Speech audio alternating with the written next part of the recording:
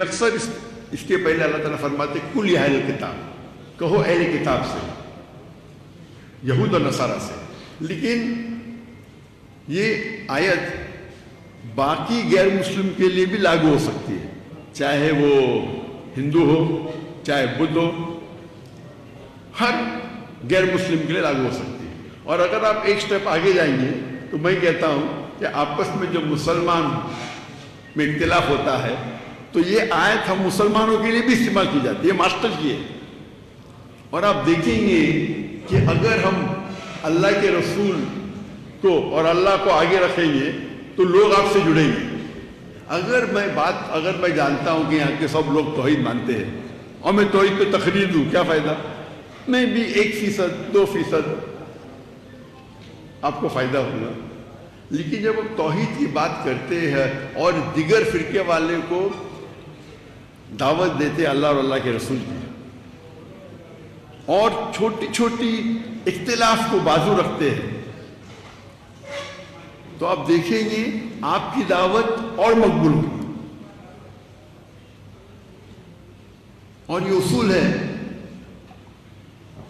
کہ فتنہ قتل سے اور بدتر ہے. تو آپ دیکھیں گے کہ میں شیخ دیدار صاحب سے متاثر ہوا اور دعوت کے میدان میں آیا تو پہلے جب شروع کیا میں ایک دم نرم تھا، کوئی رزلٹ نہیں. پھر میں ماشاءاللہ ایک دم شیر بنا دیدار صاحب سے زیادہ. اس کے بعد پتہ چلا جو آیت میں پڑھتا ہوں ادعو الی سبیل ربک حکمہ سے بات کرو، کبھی نرم کبھی گرم کبھی سخت، لیکن اکثر نرم ہونا چاہیے. ضرورت ہے تو شیر کے جیسی بات کرو، لیکن شیر کو گرجنے کی ضرورت نہیں. وہ جنگل میں آ جاتا ہے تو لوگ سمجھ جاتے ہیں کہ یہ شیر ہے، گرجنے کی ضرورت نہیں.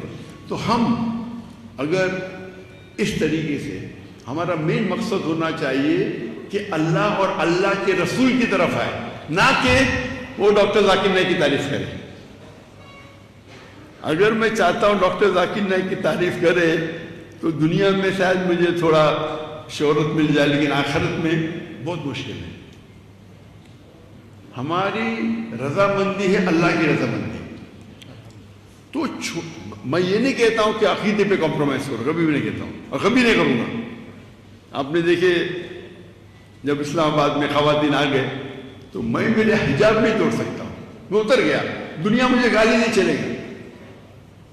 اور اگر میں قرآن و حدیث پہ سخت ہوں، ضروری نہیں ہر انسان سخت ہو. آپ جب دعوت دیں گے تو اللہ کی طرف بلاؤ، لیکن نہیں میں جیسا ہوں میں ہی صحیح ہوں، یہ پرابلم، میں بھی صحیح ہوں بولنا چاہیے. اور اختلاف ہے جب ایک ہوتا ہے فرد، ایک ہوتا ہے افضل. تو فرض کے اوپر آپ زور دو، مجھے اعتراض نہیں. افضل پہ کیوں زور دیں؟ آپ افضل پہ زور دینے جاتے ہیں تو کیا ہوتا ہے؟ اختلاف ہوتا ہے، آپس میں جھگڑا ہوتا ہے، فتنہ پیدا ہو جاتا ہے.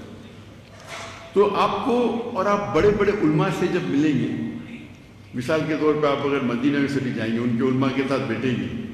مثال کے طور پہ شیخ سعود اشرے، ماشاءاللہ جتنے ائمہ ہیں حرم کے، میں سب سے زیادہ ان کی عزت کرتا ہوں. اور جب وہ بمبئی میں آئے تو ہم ان کو مختلف مساجد میں لے کے گئے، حنفی کے، شافی کے، اہل حدیث کے، جماعت اسلامی کے، اور وہ مانے بولے جانا چاہیے. اور سب لوگ احترام کرتے ہیں کیونکہ وہ امام کعبہ ہے. اور ہم جانتے ہیں کہ جب آپ مسافر ہیں تو افضل ہے کہ عصر کی نماز 4 رکعت کی 2 رکعت ہوتی ہے.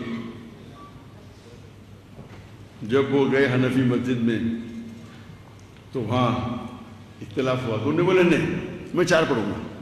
انہیں یہ نہیں کہا میں 2 ہی پڑھوں گا، افضل ہی کروں گا. کیونکہ اگر وہ کہتے تھے نہیں میں 2 ہی پڑھوں گا، کیونکہ 4 پڑھنا بھی جائز ہے، افضل ہے 2 رکعت پڑھنا. تو ایسے موقع پہ ایک عالم یا ایک مسلمان کو جاننا چاہیے کیا افضل ہے کیا فرض ہے. میرا اصول میں کبھی بھی کمپرومائز نہیں کرتا ہوں.